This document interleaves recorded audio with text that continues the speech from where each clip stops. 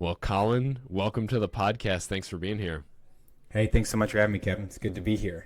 Yeah, this is awesome. So you and I used to speak every week, but now it's just the occasional text message or interaction on LinkedIn. But if you could just tell everybody who you are and what you do.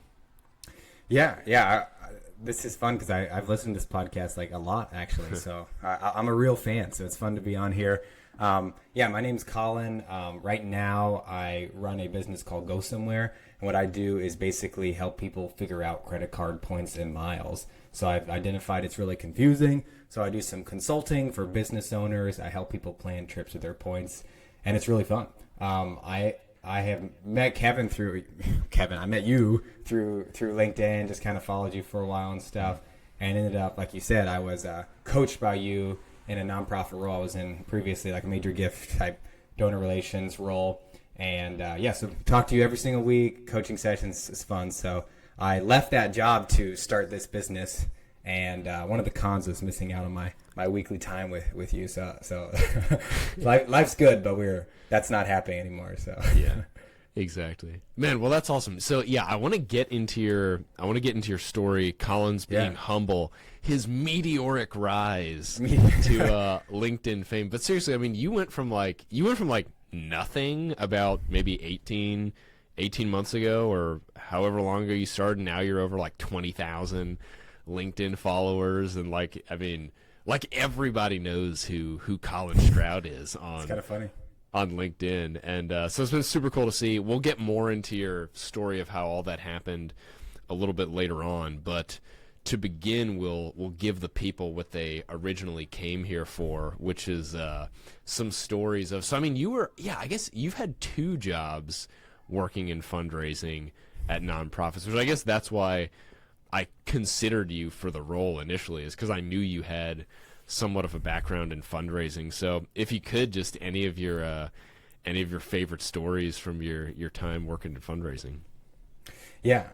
So I took my first fundraising role, and I guess I'll you can edit this if you want, but I'll say the names and everything. So I was working at Damascus. The name is just Damascus. I always think it's like a longer name, Damascus Catholic Mission Campus. So I was working at Damascus, an amazing Catholic organization in Centerburg, Ohio, Columbus area, and then I ended up working at Sidewalk Advocates for Life, which you connected me with them, which is an awesome pro-life organization. And so I did fundraising. It was a pretty typical role, like a lot of listeners probably have experienced, or you did, just trying to get meetings, trying to make asks, trying to not be obnoxious, trying to figure out that line of when to ask, when not to ask. Like, of course, it's so hard. And so like that's one thing I was thinking of anyone listening of, like, man, I respect people who are fundraising more than most. I already respected it, but now, like, having done it, realize how hard it is. Like, what I'm doing now is so much easier than fundraising, I think, and it's so easy to, like, the sales I'm doing now. But yeah, I had some great story, some great encounter. I had some horrible visits, as you can imagine, that totally messed up. Like, I had one person who had somehow qualified as like being extremely wealthy, and we had a great interaction, and then she spent the majority of the time saying how she couldn't afford her like $300 car repair, and she didn't know how she was going to make it. And I was like trying to be very helpful, but I was also like I had probably been prepping for 3 weeks for this huge visit, and so I had a lot of fun experiences like that, which I'm sure everyone can relate to. But also had some really amazing experiences, met some amazing people. Like one random thing that I don't even know if it's come to fruition because it was hard to make happen, but one of the first phone calls I make starting at Sidewalk Advocates for Life, I just was given a list of people that were really good people to talk to, basically. And I was kind of nervous, and I just called, and we ended up having like this hour conversation with this guy, and he was so kind. And he's like, yeah, I actually own a private hunting ranch that has like African game and stuff. And he's like, just anytime you want to bring someone out, you can, and we can go shoot a wildebeest together. And that was like my 4th day on the job. And I was like, this is so amazing. Like, how did I even do that? I didn't do that, but I did it. And it was like, wow, we have a wildebeest on the menu now to share with someone. So it's actually kind of hard to find the right person to invite to go shoot a wildebeest. That was not as easy as I might have thought. But it was not an awesome the most thing. normal offer out there, but Exactly. But it's a cool offer, and it's just amazing like how generous people are, and I would have never thought to ask that. But for the right person, that could be an amazing thing. So lots of good stories, but maybe I'll pause there for a second. Yeah, that's awesome. Good experiences. It's a really interesting concept what you were saying about what you're doing now is so much easier than fundraising, because this is it's one of the things that I think donors have a hard time with sometimes is like paying people that work at nonprofits very well. And it's like one of the things that I know from having worked in the nonprofit, like working at a nonprofit for 7 years and then running my own business for about 7 years now, is like it's so much easier. It's hard to even describe. And so it's like, it's just funny when somebody like I get it, because people don't want their money to be wasteful, and there is something that seems odd about a nonprofit employee making, like a significant salary. But like at the same time, it's just people don't understand how much more difficult it is to do really well at a nonprofit than it is in a for-profit business. I mean, it's like the level of intensity it requires, like making $100,000 in a for-profit system, super easy. Making $100,000 in a nonprofit system is like very difficult, and I think people don't understand that. Yeah, you have to be. Yeah, and it takes so much effort. And even too, like, even if you are bringing in an enormous amount of money, it's, for the leadership, the board, whatever, it's uncomfortable to pay because you are a nonprofit, and there's so many just kind of awkward things, and every donor can see how much you're paying everyone because all those forms are available online and all that stuff. It just gets messy. But I do fully believe, like, if nonprofits, these nonprofits are going to be incredibly successful, they need money, obviously, and so you got to have talented people. And really the only way, unless you have someone who's incredibly like giving or charitable, like you're going to have to pay people. And so, it's cool to see these organizations out there who do seemingly prioritize that. Because I'm like, these people who are raising huge amounts of money should be compensated really well, because they're like single-handedly sometimes propping up these organizations, and the work they're doing is so challenging. So I'm all for it. I respect. So any board member wants to call me and ask about paying someone more, I'll say pay him more. There you go. Yeah, for sure, man. Any other stories come to mind from your nonprofit days? I'm trying to think here. Yeah, I mean, a lot of rejection, which I don't know how to say this. This sounds maybe boastful. Like, I've generally been relatively successful in my life. Like, most of the things I've tried to do, I've done pretty well. Whether it was like high school soccer or running events at my university, I've never tried to do anything incredibly challenging. And I would say fundraising is probably the thing I failed at most in my kind of life, in my things I've attempted. And I'm totally like cool admitting that, because I did have some success and I raised some money, and but like it was like, okay, I someone who identified as someone talented, successful, good communicator, and like, whoa, I just kind of got slapped in the face a lot. I feel like not actually physically slapped in the face, but like the challenge was bigger than challenge is bigger than I would have thought. So just so many kind of no's that I wasn't expecting, or people I thought that would be huge. So there's just kind of a lot of stories of that, which it's not like the amazing, I know you've shared some stories on here of like 6-figure gift on their first visit, and I would love to have that story, but I didn't. Like, a lot of asking big and kind of no, or can't do that right now, or we just simply don't have that, and I misunderstood what they were able to do. And I think I learned a lot from that. It was like really good for me to face that adversity, and made me really have to try to be better and work to be better. So anyway, not a specific story there, but facing a lot of rejection was a very good thing for me in my life, I think, to just get more resilient. Yeah, for sure. Yeah, and it's a funny thing. Like, I was thinking about, like, you were, when you were working in fundraising, like, you were good at it, and like you always got your stuff done, and like put your full effort there, but you were also building Go Somewhere on the side. Yeah. And I think it's one of the things that I think the quality that the best fundraisers all have is that they're obsessed with whatever their thing is. And like for you, I think that has been Go Somewhere, which is like, yeah, like it would be interesting to see if Go Somewhere didn't exist, and how like if you didn't have that and there was a particular nonprofit that you were raising money for that you had the similar level of obsession with, like how that would have played out. We might never know. But I am curious to, speaking of that obsession, like, yeah, like just tell me more about Go Somewhere and how it all got started, because this is super interesting, just the story, because you're 25 now, is that right? Yeah, I am. Yeah, you're 25, 2 kids, like you have built something in your business that, like, I mean, the vast majority of people will never get to this point in their life. And I think you're still just like, you're 5% in at most of where this is going to go.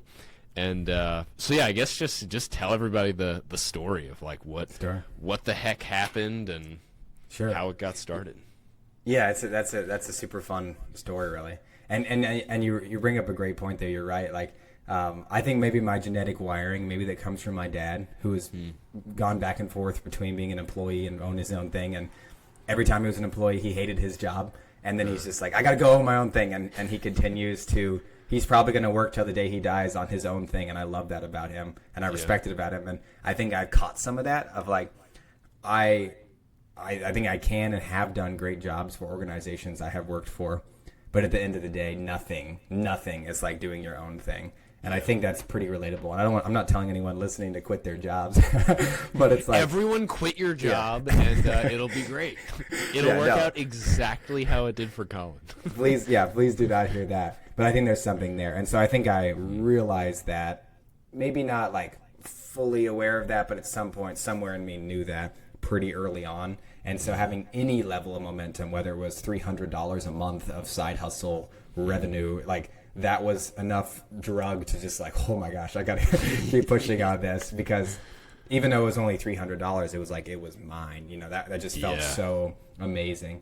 So anyway, that was fun. So yeah, the story is basically, I was working at a corporate job in a life insurance role out of college and just was unhappy. I was watching my 2 brothers-in-law, who now both have over 250,000 followers on Instagram. Seth Schlueter is my brother-in-law, and Dominic Schlueter. Honestly, there's a lot of people that follow them. They're very big. And my wife was getting big on Instagram too. And I'm sitting at this corporate job I hated, and it was so boring. And I was like talking about life insurance on the phone. And I was like, I was on LinkedIn watching these people seemingly doing cool stuff. And my brother-in-law, my wife, and I was just like so annoyed. So I decided to start posting on LinkedIn. Now, most people posting on LinkedIn are selling something, like whatever, you're selling your course, I had nothing to sell. I didn't have a business. I was just like random platitudes I was posting. Some of it is really, really work cringe. hard. Yeah. Well, I don't think it was that bad, but yeah, it was just like thoughts I was having. Like I even posted, I was just like sharing, I'd read books and like share about books, It wasn't like horrible, but it was just odd. And I even had a few people kind of reach out, like, so what's your offer, man? I was like, offer? Oh, I'm just posting stuff. I don't have an offer. And so it's kind of funny because most people on social media, are selling something. Yeah. But basically, I had been into credit card points as a side hobby, like many countless thousands of people in America are, like very casually. And I did a random post about credit card points because I was constantly scraping for something to post about. Yeah. And and it like went big. I just did a post about how to get flights to Hawaii. So this was probably June. Yeah, this was like June or July 2023. Okay, for reference. And all these people are like, wow, that's amazing, Colin, you're amazing. You know, people wanted to get on calls with me or like just chat or DM about how the Hawaii thing worked. And so I was just kind of talking to people, and it was like, oh, man, like this could be a business. Like, you know, if I save someone $1,000 on their trip to Hawaii, maybe I could charge them $100, you know, to help them with that. Like business 101. You know what I mean? I just feel still kind of dumb, like of how naive I was maybe in figuring this stuff out. But so basically I did that. And then speaking of my parents again, I started like helping people and taking some free calls. Started posting on LinkedIn more seriously about, hey, like I help people with credit card points. I'm just sharing deals and ideas. And my parents own a small business. They were spending, and they're fine with me sharing it publicly, like $40,000-$50,000 a month, because running a business is expensive, and that's on the low end. I talk to people all the time now who are spending $400,000 a month. So like businesses are expensive to run, and a lot of these expenses you can and maybe should put on a credit card. And that kind of blew my mind. I was like, oh my gosh, wait a minute. They're spending $40,000 a month on a 1% cashback credit card. That means I could just switch them to a card that's a 2% card, and I could save them. Like, I'm like running the numbers like, this is crazy. And they've never even thought to do this because they're business owners and they're busy and they're running their thing. Yeah. And so that kind of like blew my mind, and I help them and I save them thousands of dollars. And I've got like, they've got all these luxury trips now from what I help them do. And that kind of like really blew my mind. That was September of that year. And then in October, I had my first paid consultation where I said someone paid me $75 for me to kind of walk them through some of this stuff. And that was like the beginning of the business. And so from there, you know, I just kept pushing. And so from, you know, I think in October, you know, I made like whatever, $100, $200. And maybe by, and so then so April 2020, well, actually come March 2024 there, is I needed a new job. There's a whole long story there, really, and I posted about needing a new job, and you've been following me, and we got on the phone. This is a good story, and you said to me, you were one of the first, if not, you might have been the first, and you were like, well, why don't you do this credit card thing full time? And I was like, Kevin, that's the dumbest thing you've ever said, because I think I'd made maybe $800 that month, which to me was still like crazy. But obviously, I'm not feeding 2 kids on $800 a month. And so I was like, that's crazy. Or maybe I had made a little bit more. I can't even remember. Yeah, I think you had either just made 1,000 or you were like on track to make it was something like that. Yeah, so it was pretty solid. It was some amount that was like real money, but definitely not enough to live on. Exactly. So then I took, you know, the job that you helped me with, and that was great. But the problem with that job is like, it's like the minute I said yes to this job, like Go Somewhere just kind of shot up. And so LinkedIn started taking off, interest started taking off. And I think by August, so again, that conversation was in March 2024. In August, I think was the first month that I made more money from this business than I made from my actual full-time job. And that was like, oh my gosh, we're here, you know, we're doing this. And the way I did that was mostly through just one-on-one consultations. I just kept upping my prices to help people because I was providing so much value. I started leaning into business owners a little bit more, these people spending $20, $30, $50 plus $1,000 a month. So the marginal value I could add there was unbelievable. I started helping people book trips. I got credit card affiliate things. So like I can make money when people use my links for credit cards. And like more and more kind of revenue sources started coming in. And so then it was about October there where I almost doubled my income from my full-time job. And I was like, okay, you know, I think it's time. And so it went really, really fast. And then I decided to quit my job and go full time into this. And it's been about to hit in like 2 days or whatever, 7 months, I think it's been, of like full time. And it's just been an amazing experience. And I've kind of become a little bit of an influencer. So there's so much opportunity there, and podcasts and webinars and speaking engagements and brand deals and free stays places and things like, it's just been an amazing experience and journey. And I like still can't really believe I'm here. But it's going well. I have $0 of recurring revenue. So that's the biggest problem with my business. Every month I start at zero. I'm working on that. I'm finding some ways, but like every month it's kind of been relying on like having some faith in God and faith in myself to just like keep selling, keep working. And so far it's been great. So it's a long story, but it's been such a fun run doing this, and I hope it's able to continue as long as possible because I'm having a great time. Yeah, that's awesome. So cool. Yeah. And yeah, I mean that's one of the things I think that separates people that are successful in running a business and those that aren't. Are the ones that are successful are usually just super excited about it and having a great time. It's like like I just had the episode that's coming out while we're talking about this, that's coming out on Monday, the 9th of June. I interviewed this guy, Jake Kubik. Okay.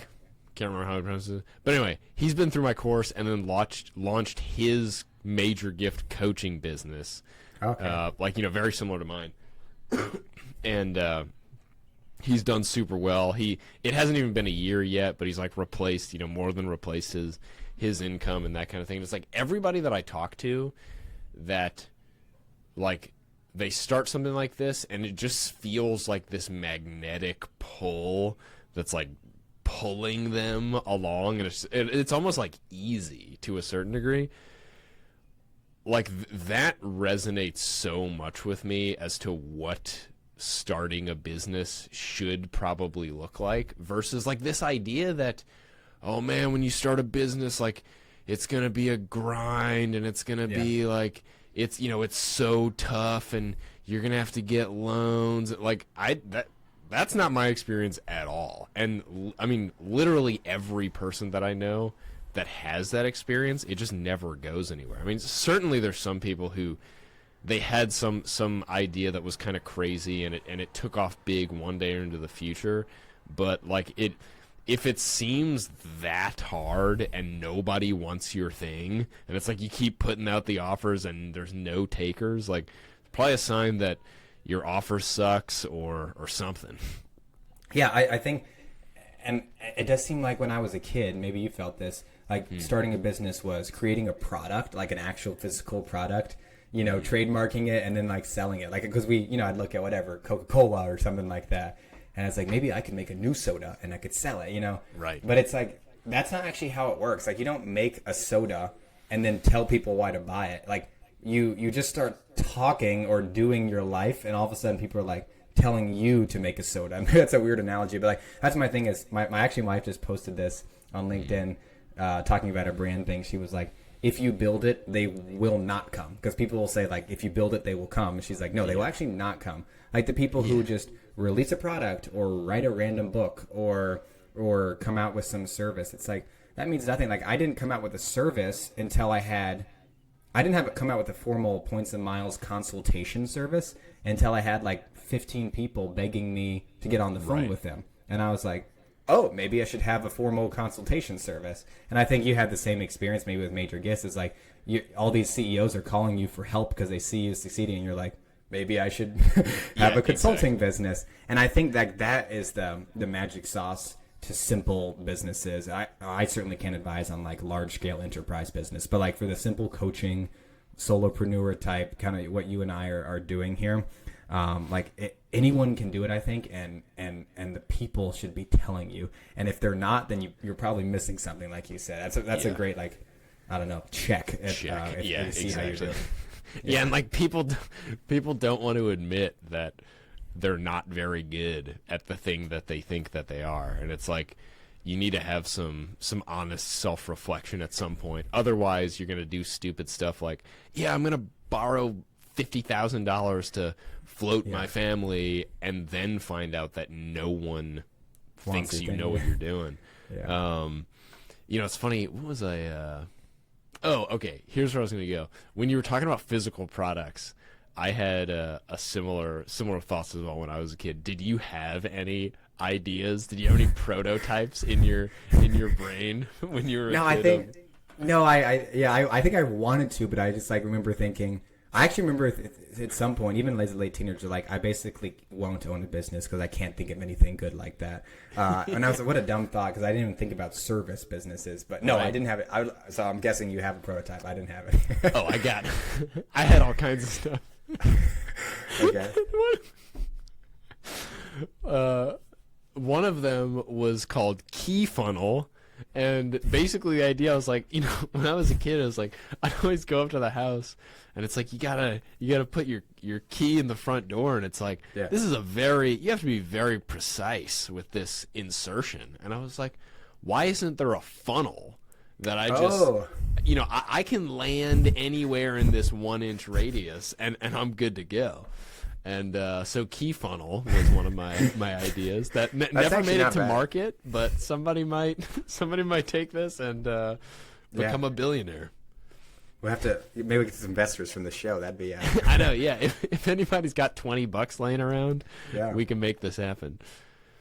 That's great. That's awesome. But yeah, I think that's super important. And then here's the other thing I'll bring up that I think I commented on one of your posts, because you talked about this idea of, you had all these people in your circle of influence who are making it big on Instagram and all this stuff, and you're just like sitting there just being a loser, eating Funyuns at your life insurance job. And Funyuns. like there's a choice. Like when that happens, you can always be like, oh yeah, well it must be nice because X, Y, and Z. And that's what I would say the vast majority of people do when they see someone else being successful.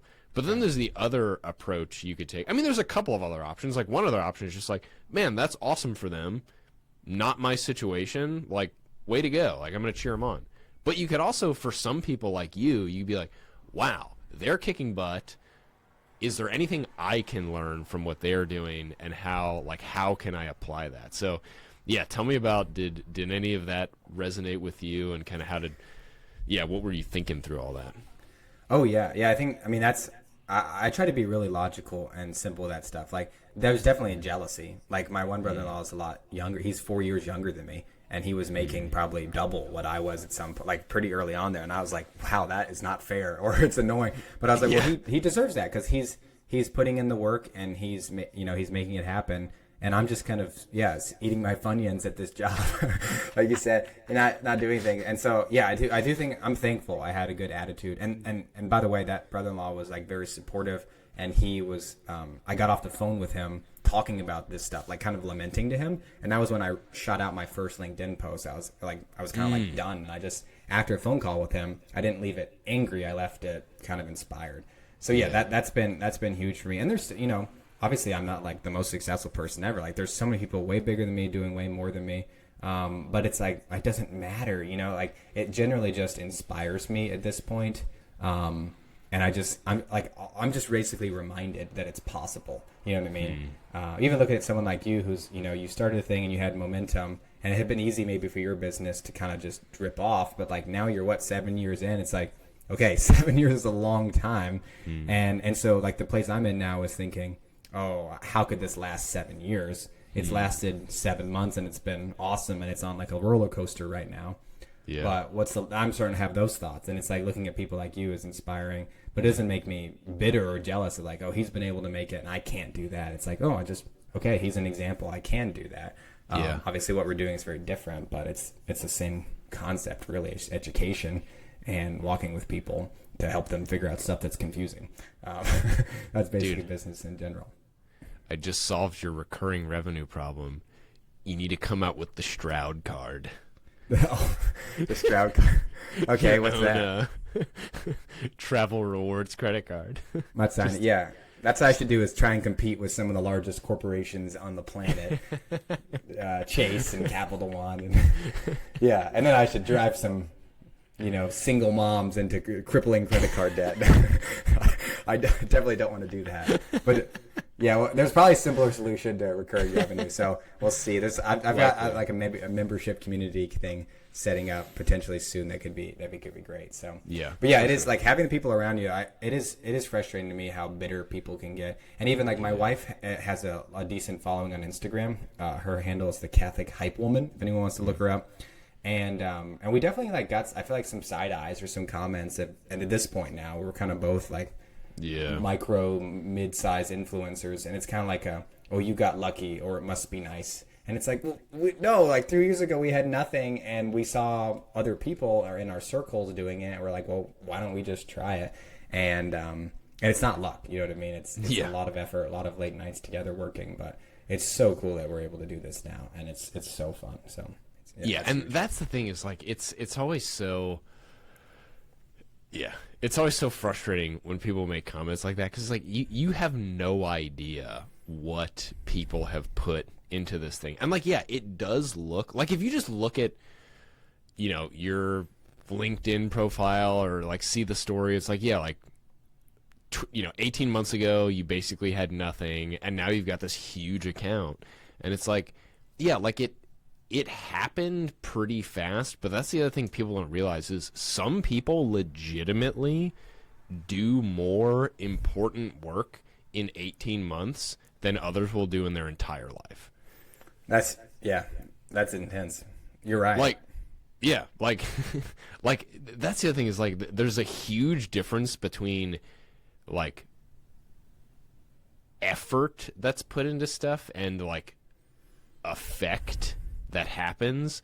Like, you can be spinning your wheels doing stupid stuff that's really easy and comfortable for you, or you can do like really difficult things that stretch you and are uncomfortable. And it's like, yeah, to somebody looking on the outside, it might have looked like that was super easy for you. It's like you had to confront those things that were like, I feel like I feel jealous of these people, and I'm gonna make a choice to be like, to realize that like part of the reason I feel jealous is because I know that I can do better than I currently am. It's like that is the hard stuff that people don't see about entrepreneurs and just like successful people in general, is that like it might look easy, but sometimes it's just having some of the most honest like reflections with yourself and then making changes. Yeah, it is here, and I'm just trying to completely reject any those thoughts, and I hope other people do, of like, yeah, that must be nice, or it's so easy to come up with an excuse. Like, I've gotten back into weightlifting, and there's these guys in my gym, my age or younger than me, or even sometimes they're like, it's hard because I'm 25. I see guys like they're clearly in their 40s and they look amazing, and like I'm like they're ripped and way better than me. I'm like, it's so like I make excuses for why they're better than me so quickly, of like, oh, I bet he doesn't work as much as I do, or he probably doesn't have kids, or he probably like, and I'm like, no, he's probably got 4 kids. He's probably got more kids. You know what I mean? And it's like, my brain makes excuses so fast on why that 40-year-old guy is more ripped than me. But at the end of the day, it's like, no, he's worked harder than me. He's more disciplined with his nutrition. And in that sense, he's truly better than me. And I'm actually cool with that. I have to admit it. And that's going to be like the thing that helps me hopefully get to his level. And that's like the ideal attitude, I think. And I'm certainly guilty of doing the wrong thing, whether it's fitness, entrepreneurship, whatever. But I want to be better there. But yeah, you nailed it. It's like, you have to realize, like, no, I'm feeling this way because I know I can be better. I should look like that. I have the ability. And it's actually easy for me to look like that because I'm 25 and you're 40. And it's like, literally, my body would be easier for me than you, but you've done it because you worked harder than me. So that's it's like a painful realization, right? But it's a really good one. Exactly. Yeah. So true. And it was something else I was thinking about like a couple days ago. Okay.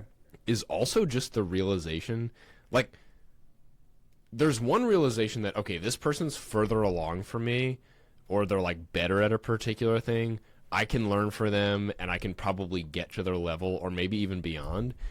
But then there's also like the acceptance that there are some people you're just never going to get to their level. Oh yeah.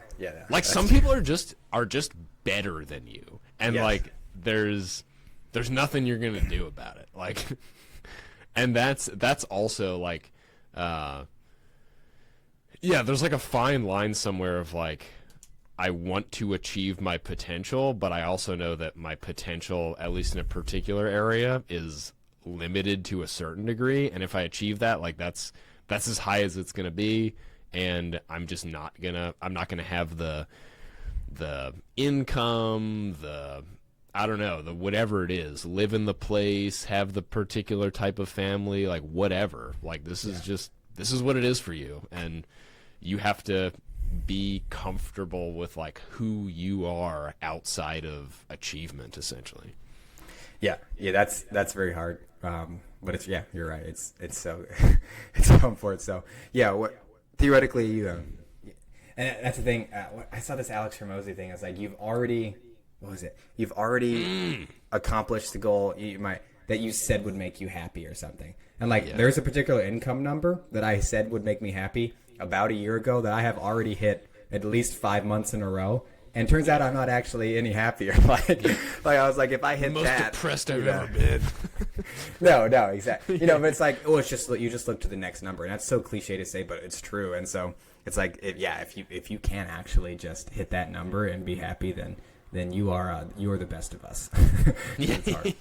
Yeah, exactly.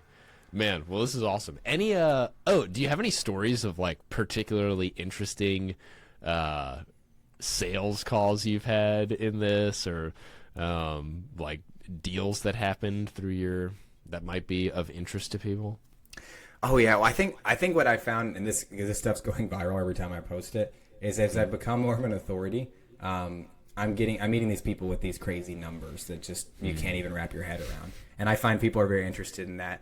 I didn't know this stuff existed, but there's people spending $500,000 a month on credit cards. And these could be, and it's actually not that crazy to think about. Like, imagine you own a construction company. You build houses. You got to buy lumber. Sometimes the lumber people let you use things. So you buy $200,000 of lumber because you're building 14 houses at once. It's actually not a crazy thing to wrap your head around, but people just, I feel like I found they can't even believe that this is happening. But then there's so many other expenses, not just lumber. Like you've got the office expenses and advertising and all this stuff. So it really racks up of all industries. Like I just met a guy a few days ago who buys, and I posted about this, he spends $250,000 a month on credit cards. He buys old airplanes from airlines, and he whatever, breaks them down for scrap metal and stuff. And I don't know how you make money doing that, but it's been amazing. And so then you get into these really, really interesting situations, though, where like this guy, for example, I'm not going to share his name. I hope he doesn't care. You know, he's got one kid. He's married. He's got one kid. He's busy. He's a business owner. And so he's decided he wants to do travel points like versus cash back. But now he's like got 7 million American Express points. And just so everyone knows, a point is worth about a penny. So 7 million would be $70,000. Yeah. And it's like, so, you know, even if you and your family want to take a really nice trip, Kevin, like you're going to struggle to spend $70,000 on that trip. You know what I mean? Like it's hard to find hotels that are even that expensive sometimes, or at least maybe people like you and I don't really think about those. They're out there, but like we don't really think about them. Yeah. Like the Marriott in Cancun is not going to be $70,000. Right. And so you get these people who have so many points they don't even know what to do with them. And I don't even actually know how to help sometimes there because I'm like, well, you can give them to me. Just kind of liberally spend them. I do encourage giving, actually. So like on the theme of this podcast, like some programs make it really easy for you to donate points. So that's a cool thing. I've encouraged some people to do. When my parents were adopting my siblings from Africa, some people donated a ton of Delta Sky miles to help get them to the Congo in Africa. So it's cool to see stories like that. But honestly, you know, that facilitating that can be challenging. So it doesn't always work, but like these big numbers are crazy. And then in terms of deals, like that's one thing, that's probably the thing that gets me the most excited is like, I can meet with a business owner who's not doing anything with credit cards. I can implement a strategy for them. And then maybe 4 months later, I can help them book something amazing. And, you know, there's all these different deals out there. I always tell people you can't do anything you want, or you can't go anywhere you want with points. But if you kind of let the deals take you and you let the deals decide where you're traveling, you can do some wild stuff. So, for example, the British Virgin Islands, a lot of people like to go there. I just can't find like any points deals there. I just never see anything, whether flights, hotels, anything, just nothing. But in like Punta Cana, which is, you know, just around the corner or whatever in the Dominican Republic, there's some amazing deals with flights and hotels. So, theoretically, if you like super blue water and beaches, you'd be happy there as you would in British Virgin Islands, whatever. But it's been so amazing to help people do some truly wild trips. Like we're talking $30,000 to $40,000+ trips. That would be the cash rate. But with points, we brought it down to like $4,000 out of pocket. So there's really, really luxury examples of I helped a guy flying business class to the Maldives, if you know where that is, and staying in those overwater bungalows, all on points, all that stuff. But even simple stuff of I just helped a family who they'd never been on an airplane. They're from rural Ohio, and they just are a very simple kind of farm town seeming family, and they started following me. He got a credit card, he got the bonus, and was spending on it for about a year, and now he's got 200,000 chase points, and he's like, we think we'd like to take our first vacation. They have a 1-year-old baby, I think. They've literally never been anywhere. And so they're going to Florida, and they're staying at a hotel, and I got their hotel, their rental car, and their flights covered by points. Wow. And it's fun to talk to these world travelers who've been to 50 countries and fly business class and these high rollers, but people like that is really, really fun, because ultimately my whole mission here, I'm not some math points bot nerd luxury travel rich person. The whole heart here is that I actually love travel. I think it's awesome. I went to Poland for World Youth Day when I was 16, and it kind of rocked my world, and I was like, wow, this is so awesome, and everyone needs to experience what I'm experiencing here. And so which was Poland, Europe, that kind of vibe, and the World Youth Day is a cool thing, but really was that experience of just getting out of Indiana and going to do something outside of yourself was huge for me. So that's ultimately my mission, is to help people do stuff. And that's why I called the company Go Somewhere. It's kind of a weird name, but it's the only one I could think of, you know what I mean? Yeah. And it's that's really the goal. It's just, hey, people should go places, and they will be better humans if they do that, in my opinion. And so I'd like to help them do that, because money is typically the thing in the way of them doing that. And so that's really the mission. That's what I'm doing. So I'm having a lot of fun, and that kind of keeps it doesn't feel shallow when I realize the deeper meaning, and I see these families getting to do amazing stuff they wouldn't have thought they'd be able to do. So I'm having a lot of fun doing that. So cool. Well, anything we didn't cover on the podcast that you want to get into? Anything we didn't cover? I don't think so. I'd say in the giving world, I'm always interested. I'll just throw this out there. One idea I've always had is this marketplace where I could connect people in need and people with too many points. And so if anyone ever wants to shoot me an email and say, hey, I actually understand how we could do this, I think there'd be a cool nonprofit type setup where I could connect these super, well, not necessarily rich, but points rich people with points need people. And I'm not talking we haven't had a vacation in 2 years. I'm talking about we're adopting kids from Africa and we need to get there. We don't have any money. We're out of money. We're borrowing. We're mortgaging our house to make this work. I would love to be able to connect those people, because I now know the people with points. Probably more than, I'm in the top 0.1% in the world of probably people who know people with lots of points. And I'm well, how can I use that for the greater good of the world and society? I'm still trying to figure out, because who I don't know is the people who need points. So if there's anyone in nonprofit development, whatever, who has ideas there, feel free to shoot me an email, colin@gosomewhere.world. We'll put it in the show notes or something. But I'm in the exploratory stage of something there. And even if it's just a person, it's always good to know. I'd love to try and connect somebody. That'd be awesome. Yeah, for sure. Well, one last question real quick. What would you because when you started posting on LinkedIn, there's plenty of people, or at least there's enough people who do what you do already, basically. What would you say to someone who thinks they have something of value like this to offer the world, but there's already a bunch of people doing it already? Yeah, there's a guy, and I can't vouch for all the stuff he says. His name's Nick Huber, and he posts some really, controversial content about business and life and stuff. But he says that would be the best sign to start a business. Do not try and go and start this brand new amazing thing. Do something that's tried and tested. Because there are lots of major gift consultants out there, it is necessarily a good business because the market's already validated it. Because Kevin is successful, therefore there's more room, because there's no way Kevin has the entire market share, and so that's what I think is a good thing. It seems like people think when other people are doing stuff, they shouldn't do it. Financial advisors are probably the best example. There is a financial advisor on every corner of every block of every city in the country. And yet, like, it seems like they just keep finding new clients. And it's like, and if you want to become a financial advisor and you have competence, you can like quickly make 6 figures, it seems like. And so, you know, that's validating. But I think anyone could start anything. You know, you kind of have to go, like we talked about at the beginning, where the magic is. And I guess I'll give a plug for LinkedIn.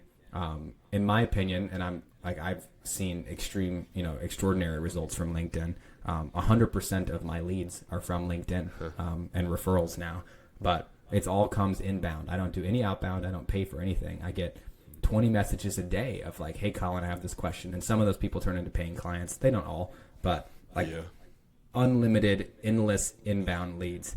And I feel like anyone who's doing anything, whether it's nonprofit like fundraising or selling a service, like I think LinkedIn is still in its infancy in many ways of being a social media platform, not something your college professor told you to get a job. And I think that if you're able to be a human on there and tell stories and like, again, I'll say it again, just be human and be normal, because there's a lot of weird stuff on there, some weird people, some AI generated stuff. Like, I don't see why you can't be extremely successful. And you certainly don't need 20,000 followers to do that. I know people who make way more money than I do with like 4,000 followers because they have an offer that's a lot more expensive than mine. And so that's the way to do it. So I think, LinkedIn is an amazing resource for people to start diving into if they're not already.